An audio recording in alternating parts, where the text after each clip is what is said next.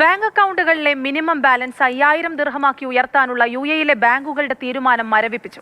ഇനിയൊരു അറിയിപ്പുണ്ടാകുന്നതുവരെ തീരുമാനം നടപ്പാക്കരുതെന്ന് വാണിജ്യ ബാങ്കുകൾക്ക് സെൻട്രൽ ബാങ്ക് നിർദ്ദേശം നൽകി. പ്രവാസികളടക്കമുള്ള ലക്ഷക്കണക്കിന് ഉപഭോക്താക്കൾക്ക് ആശ്വാസമാകുന്നതാണ് UAE സെൻട്രൽ ബാങ്കിന്റെ ഇടപെടൽ.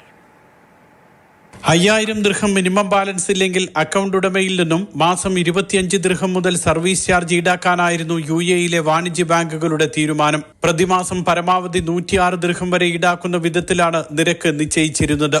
ജൂൺ 1 മുതൽ ഇത് പ്രാബല്യത്തിൽ വരുമെന്നും അറിയിച്ചിരുന്നു. സർവീസ് ചാർജ് ഒഴിവാക്കണമെങ്കിൽ മിനിമം ബാലൻസ് സൂക്ഷിക്കുകയോ ക്രെഡിറ്റ് കാർഡോ ബാങ്ക് വായ്പയോ എടുക്കുകയോ ചെയ്യേണ്ടിയിരുന്നു. എന്നാൽ തീരുമാനം നടപ്പാക്കരുതെന്നാണ് UAE സെൻട്രൽ ബാങ്കിന്റെ കർശന നിർദ്ദേശം.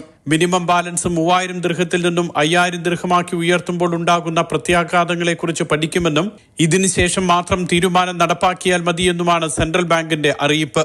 മലയാളികളടക്കമുള്ള ലക്ഷക്കണക്കിന് പ്രവാസികളെ പ്രതികൂലമായി ബാധിക്കുന്നതായിരുന്നു തീരുമാനം.